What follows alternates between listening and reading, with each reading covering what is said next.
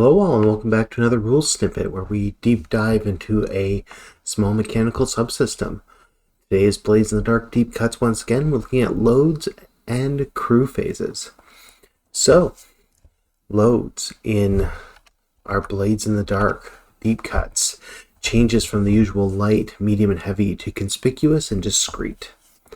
So, in discrete, you can take up to 4 items available during the load. Can't take anything heavy. This means anything that costs 2 or more boxes as a single item.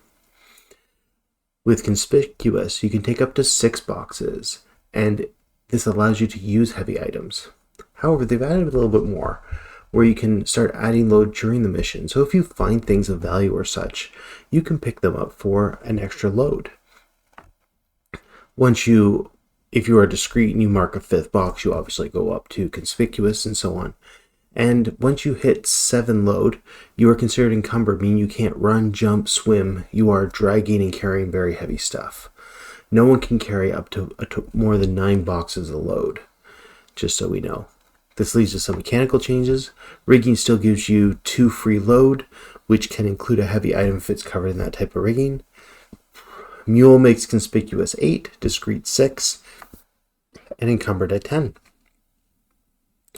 And that's load, but that was very little, so I'm also adding the crew phase. So they've taken downtime and split it into 2 phases. The crew phase also includes a lot of the payouts and such. So we're going to look into that. So we're going to start with Fallout. Fallout is kind of what happened during the mission. This used to be like heat and faction changes. So if your score significantly helped a faction, increase status by 1.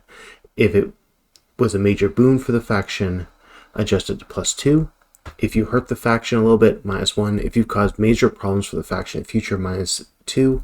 And if you initiated some kind of war with a faction, outright killing someone or destroying something of incredible value, they get set to -3 and you're at war. Assessing heat. Heat works a little different now. It's less about exposure, more what happened. So at base, if it was really low exposure, it's 0. But a standard kernel operation is 2 + 1 for the crew's tier. So if you're tier 2, it's a +2.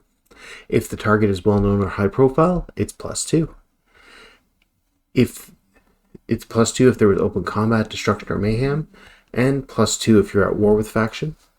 If a death occurred due to this score, it's +4. Witnesses who could be that can be questioned as a +2 or +4 if they saw enough to identify a specific crew member. So that is how heat works in deep cuts. But there's a benefit to this, which we will talk in the next one. Payout. So at a standard score, there is a mechanical payout. So it's 1 coin per PC plus 1 coin equal to the target's tier times 3. Most scores will generate this, if not something more specific, like we've been doing with special missions in the Metal in the Streets campaign. Rep. You get 1 rep for every 2 heat generated, plus 1 rep for every tier your target is above the crew. Seized assets. If you see something of value, it's +4 coin per load that it was to carry. You also take an additional heat for every 4 coins generated. So continue on. Tithe. If you're tier 2 or lower, you have to pay the current ward boss 1 coin for every 4 coin earned. If not, you go into debt. Debt is another mechanic which we will possibly touch on today. Vaults and banks. So the crew has a vault, but there are options to use banks as well. Banks can be questionable to a certain degree.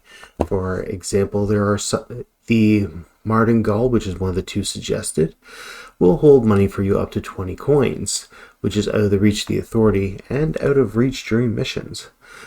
Or there's Sulfur, which is an official bank, which while they're holding. So yes, the first one is as long as you stay on good terms with the other factions in the underworld.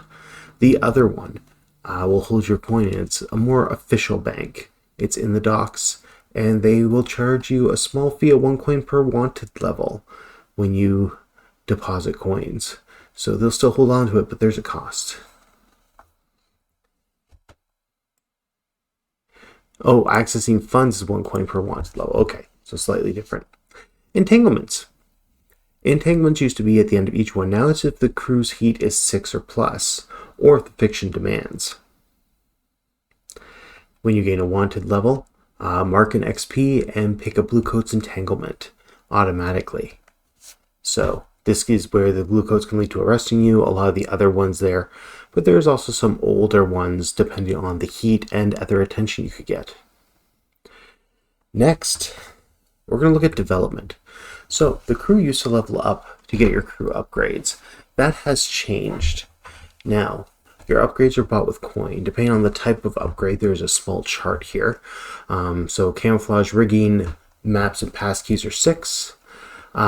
Working up the boxes like composed, hardened, ordained, steady, iron hook, contacts, or ritual sanctum is 8.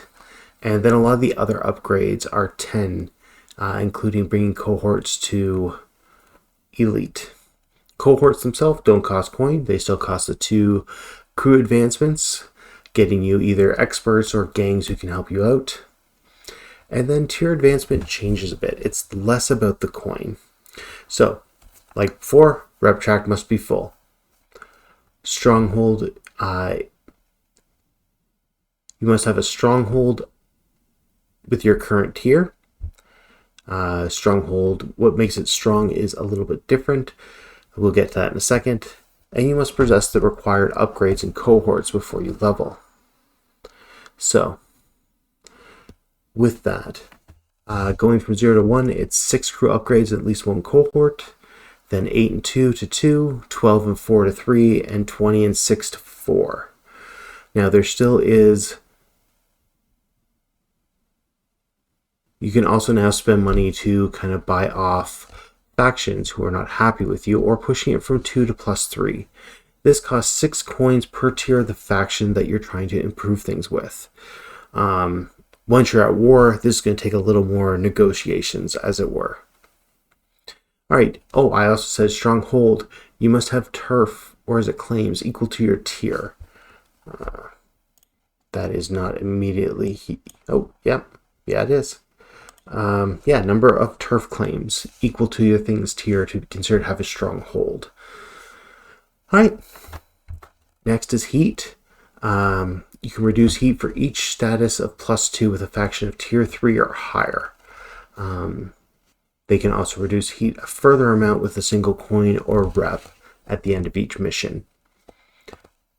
With that kind of covers the crew phase, which is half downtime. The other half is the scoundrel phase, which we'll do in another video. So with that, I hope this has been helpful in deep diving in a little bit of mechanics. And with that, everyone stay safe out there, and I'll see you at the table. Bye for now.